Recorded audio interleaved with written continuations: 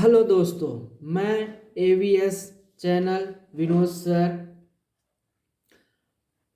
आपको परिष्कृत सतह का संरक्षण जो पार्ट 2 बताने जा रहा हूँ।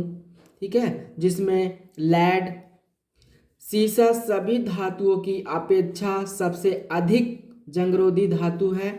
सीसा को खुले वातावरण में रखने पर इसके ऊपर सफ़ेद ऑक्साइड की परत जम जाती है जो जंग से धातु सतह का बचाव करती है।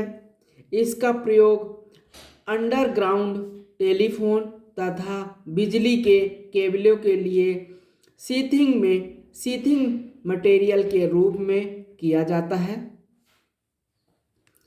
दूसरा, निकेल। देखिए, निकेल रासायनिक अभिक्रियाओं का उच्च प्रतिरोधी है, इसलिए इसका प्रयोग निकेल प्लेटिनिंग के लिए व्यापक रूप से किया जाता है। निकेल को तांबे के साथ 2:1 के अनुपात में मिलाने से मनी मेटल नामक धातु प्राप्त होती है जो समुद्री जल तथा एसिड के साथ उच्च जंग प्रतिरोधी गुण प्रदर्शित करता है। ये ध्यान दीजिएगा, इस मैनी मेटल जो समुद्र के अंदर हम लोग प्रयोग करते हैं, केबलों में इंटरनेट के लिए डाली जाती है। ठीक है,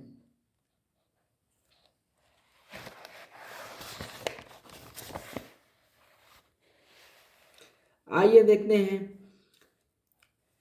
क्रोमियम।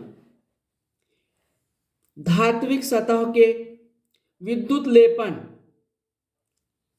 इलेक्ट्रोप्लेटिंग में क्रोमियम का प्रयोग मुख्य रूप से किया जाता है। यह धातु जंग की उच्च प्रतिरोधी होती है तथा सतह की पॉलिश तथा रंग को लंबे समय तक बनाए रखती है। ठीक है, जिंक को खुले वातावरण में रखने पर इसके ऊपर से ग्रे रंग की कार्बोनेट की परत जम जाती है जो सुरक्षात्मक परत के समान कार्य करती है। यह परत समय के साथ साथ मजबूत होती जाती है तथा इसे विभिन्न तापक्रमों पर भी तोड़ा नहीं जा सकता। ये ध्यान दीजिएगा, ये जो आपके रासायनिक होते हैं जो वातावरण से, ठीक है ना, क्रिया करते हैं, इनको हमें ध्यान रखना है कि जिंक के साथ कार्बोनेट का प्रयोग किया जाता हैगा। क्रोमियम धातु में विद्युत लेपन का कार्य किया जाता हैगा। ठीक है, निकेल के साथ आपको निकेल प्लेटिनम प्रयोग किया जाता हैगा और लेड के साथ सफेद ऑक्साइड की परत प्रयोग की जाती हैगी। सफेद ऑक्साइड की परत निकेल के साथ निकेल प्लेटिनिंग किया जाता हैगा। ठीक है, क्रोमियम के साथ विद्युत लेपन किया जाता है और जिंक के साथ आपको कार्बोनेट की रासायनिक अभिक्रिया होती है। ठीक है,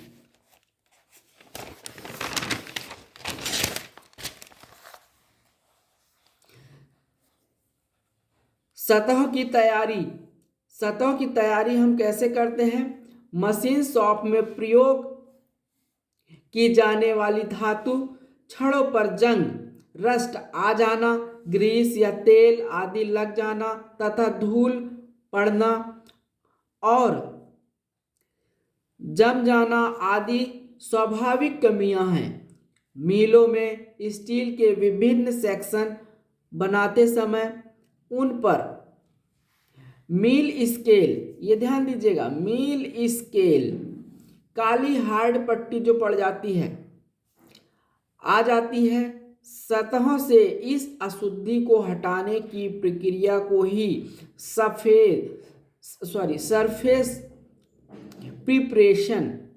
सरफेस प्रिपरेशन कहते हैं। इसके लिए निम्न में से कोई एक या अधिक विधियां प्रयोग की जाती हैं। पहला डिग्रीसिंग, दूसरा पिकलिंग, तीसरा ब्लास्टिंग, चौथा फ्लेम डिस्क्लेलिंग। ठीक है, जिसमें हम पहला पढ़ रहे हैंगे डिग्रीसिंग।